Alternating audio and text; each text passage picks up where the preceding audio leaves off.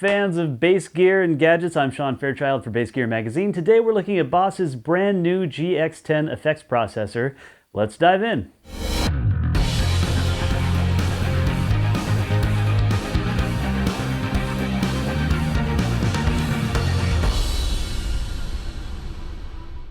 The GX10 actually uses the exact same effects engine as the GX100, and it uses the same color touchscreen interface as well, so several of the same components.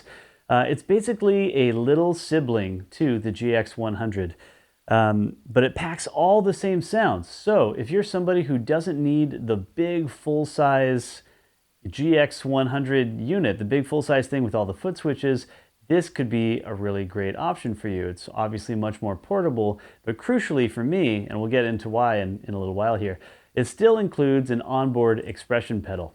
The retail price for these is $399 at time of press. They were just announced in late October. As I'm recording this here, it is early November, and I had it about a week and a half prior to the public announcement. So I got to build my own patches and play with it. It's really a fun pedal to play around with, and fun is something that should be a crucial element to any piece of gear.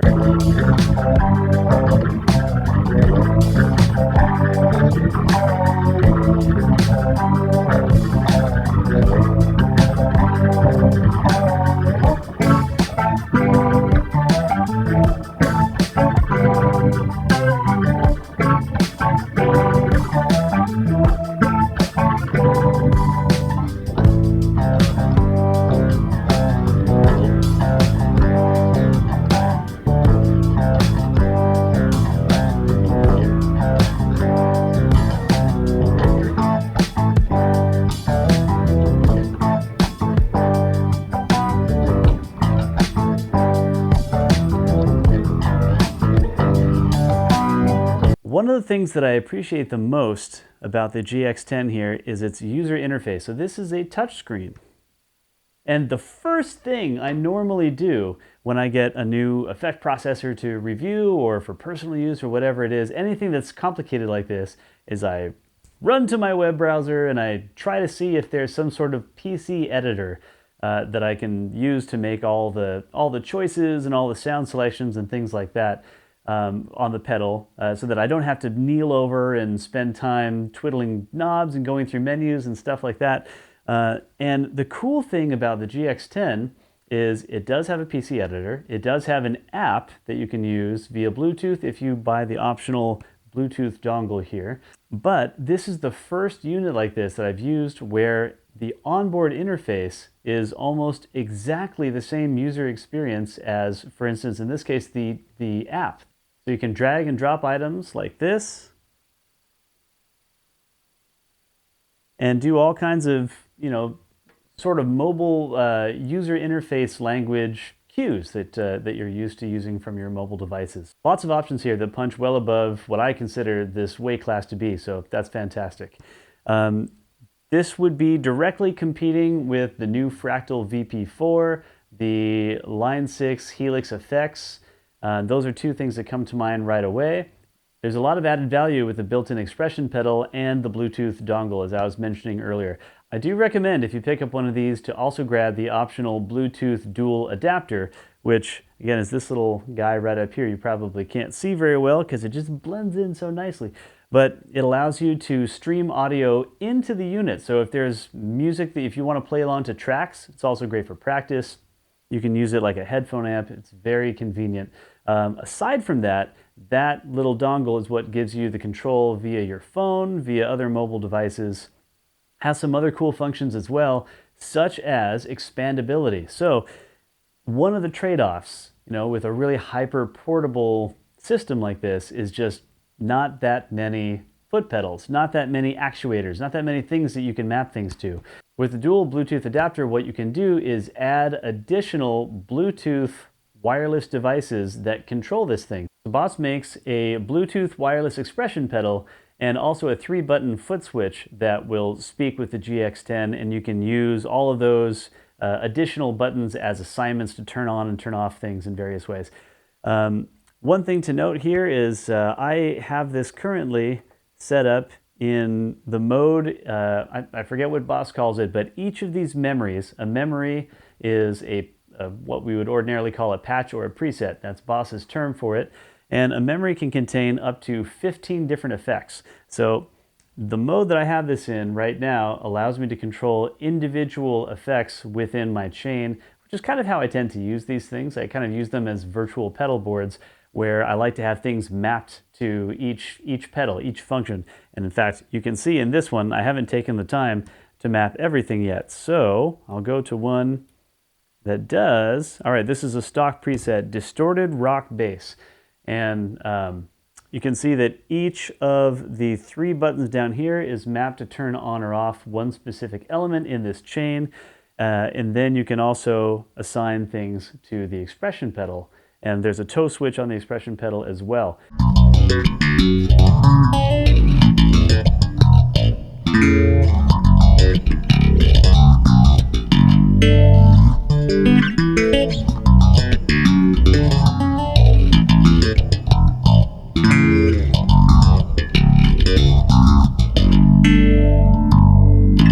You can assign up to what I believe is 20 parameters to each foot switch or each rocker pedal, each thing that you have, each actuator, to do up to 20 different commands with one press, which I think is not only very cool, but really critical on a pedal of this size. Now, to demonstrate what I'm talking about here, I made this really cool rock organ patch that I like.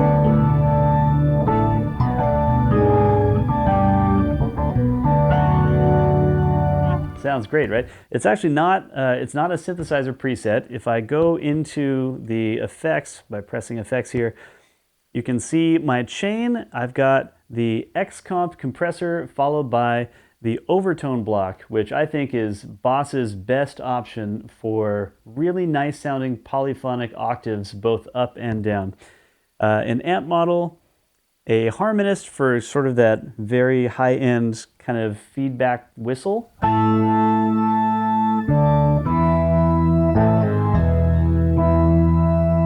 Hopefully you can hear that. And then if you heard the tail there, there's a little bit of a shimmer delay. And if I kick on this guy, I've mapped that to turn on a little bit of reverb. Also a shimmer reverb. So we've got shimmer delay and shimmer reverb. I like shimmer. But what I was alluding to earlier about the coolness and the very high utility of mapping multiple parameters to one pedal is on the rocker pedal here. In fact, let me move over so you can see what happens. Watch this rotary block as I move the rocker pedal past about 10%, which I think is where I mapped it to. It turns on, off, on. So I've got it to turn on that block when I move the pedal a certain amount, but then past that point, I've also mapped it to control the speed of the rotating speaker sound. So let's hear it. Off. On.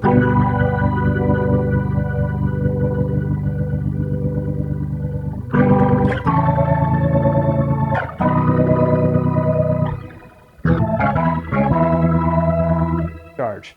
All right, here's another good example of that. I've done the exact same thing, but I've added one additional effect parameter to what the pedal is doing. So watch this yellow overdrive block as well as the ring mod block, which is selected right now. As I move the pedal past 10% or so, they both turn on. So one sound that I like to use in my own music, in my own stuff, is a ring modulator, the frequency of which is controlled with a pedal, a sweeping filter sort of sound.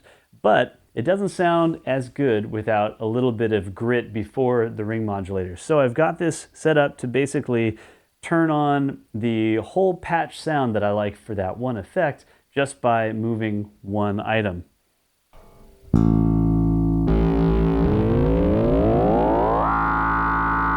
And then past the point where these effects both turn on, the pedal is controlling the frequency of the ring modulator.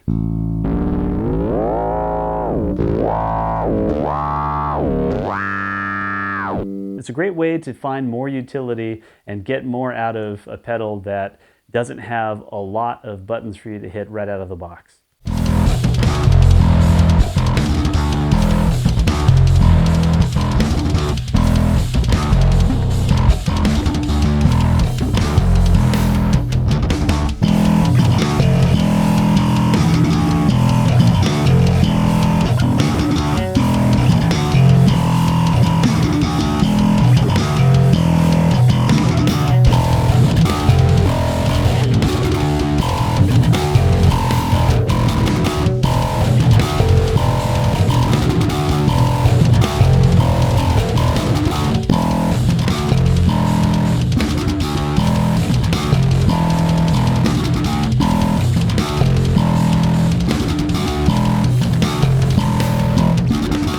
The GX10 has really great audio specs. It has a 32-bit DA converter, so now that we're getting into 32-bit stuff, gain levels are ceasing to be important, or at least ceasing to be as important as they were, because the noise floor is so low, and you can have a signal that is so incredibly loud, you'll never make a sound that loud.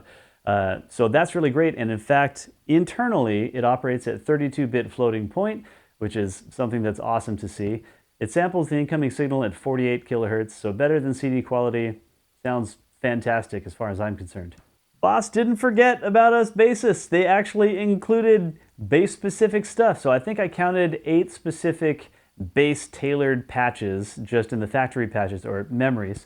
And there are actually 9 separate bass amp models and 21 bass versions of effects. Let me go into the effects palette and you can see what I'm talking about. I have this set up in such a way that all of the effects are grouped by type, and what that does when you look at it that way is all of the bass effects are all the way to the right of this upper row here. So if I select one of these guys, and I could drag and scroll, but I'm just going to use the select wheel here. If I go all the way over to the right, there'll be a little gap, and then all the bass stuff starts. So there's the gap, and then we start with X comp for bass, overdrive bass, X overdrive for bass, a bunch of these guys here, and there are 21 individual bass effects. And of course, many, if not all, of the non-bass specific effects sound really great too. You can actually tell the GX10 that you're plugging a bass into it as opposed to a guitar. And it has polyphonic tuning as well. That is really accurate. It's accurate to 1/10 of a cent, so accurate enough to use for setting your intonation. And it's kind of cool to be able to just kind of hit like all of your 12th fret harmonics or open strings and see which ones are in tune all at once. However, I did find the monophonic tuning option to be a little bit more accurate, or perhaps more dependable is the right word. Interestingly, even though you can specify that you're playing a bass into the effect box, I got better results when I chose guitar. And that was regardless of whether I'm playing 6-string or 5-string and playing high or low. Especially noticeable with the octave effects. The octave effects had a lot more digital artifacts, a lot more sort of glitchy sounding stuff when I was set to the bass mode than they did when I was set to guitar mode. And the octave effects specifically that I found to work best regardless of the input type that I'd selected was actually Boss's new overtone. It may not be new, it's new to me. Boss's new overtone effect block, which in fact I will play for you. All right, I've just selected the overtone patch that I created, which is actually using some parallel processing, and it sounds like this.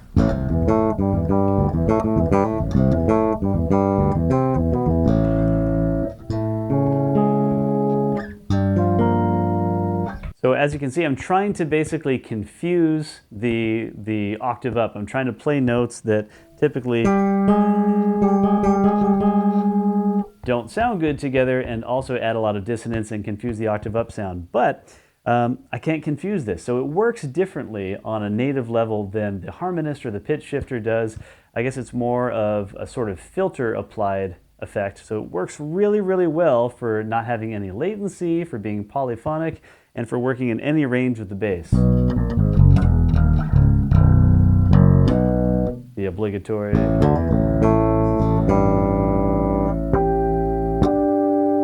Specifically here in my effect path, I've got the overtone block followed by a graphic EQ that I was playing around with but actually left disengaged. So I could remove that, and then an amp model. And that is all aside from my dry signal, which is going on in this divided signal on the bottom here.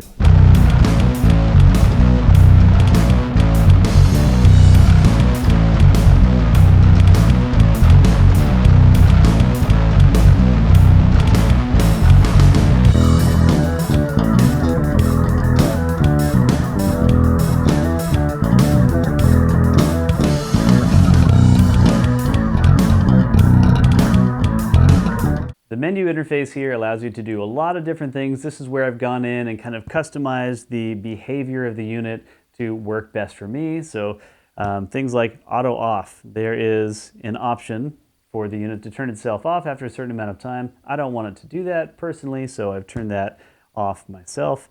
But lots of different control over behavior in here, from how Bluetooth works, what your in and out settings are.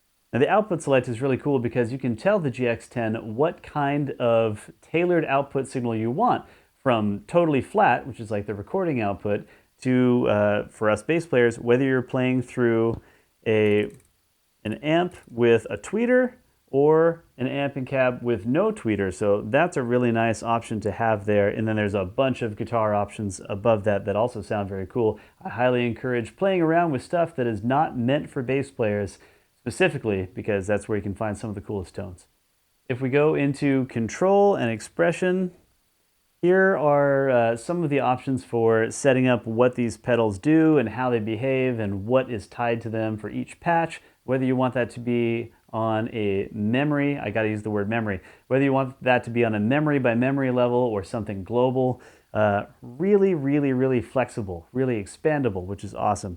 It's a bit of a Swiss Army knife of a pedal. It can do a number of things that you might have a use for, and it can do a lot of stuff that, in fact, I glossed over, such as it also has a looper, and you can have a looper aside from the 15 individual effects that you can have in each memory. So each memory can have up to 15 effect blocks, not counting the divider and mixer for parallel processing, the tuner, I believe, and the loop effect, or the loop option. So you can record up to 38 seconds for a mono loop. Most of us bass players are going to be doing mono loops. Found it very useful as just a quick little idea phrase thing, especially while teaching, getting down something chordal underneath something that I wanted to express over that. There are so many more points and aspects that I could spend another hour describing on this thing, but of course I don't have the time, and you don't necessarily have the time either. It is a very cool pedal that can do a lot. And in fact, when I was writing the review, one of the things that we try to do, you know, as sort of music gear journalists, is develop personas or decide on who certain pieces of gear are best for. It was really hard, and this, you know, trying my best to not sound like I'm being a company spokesman for Boss, because we definitely don't do that here at Bass Gear Magazine. In fact, we are the most objective, I think, that you will find. And if you've seen some of my other reviews, they can be less than positive at times. But without trying to sound like a shill for the company, it was hard to find somebody who wouldn't benefit, a persona who wouldn't benefit from the GX10, unless you already have something like the GX100 or the GT1000. It can do so much for you that there's likely to be some element of its function that fits into your scenario. Well, folks, it has come to that time in our program once again where we have to part ways. We have to say goodbye to each other, and I'm going to miss you. I love our time. I love our little fireside gear chats. Thank you for joining me while I went over some of my favorite features and aspects of the brand new Boss GX10. Make sure to read the full written review at bassgearmag.com. Lots of more thoughts in there.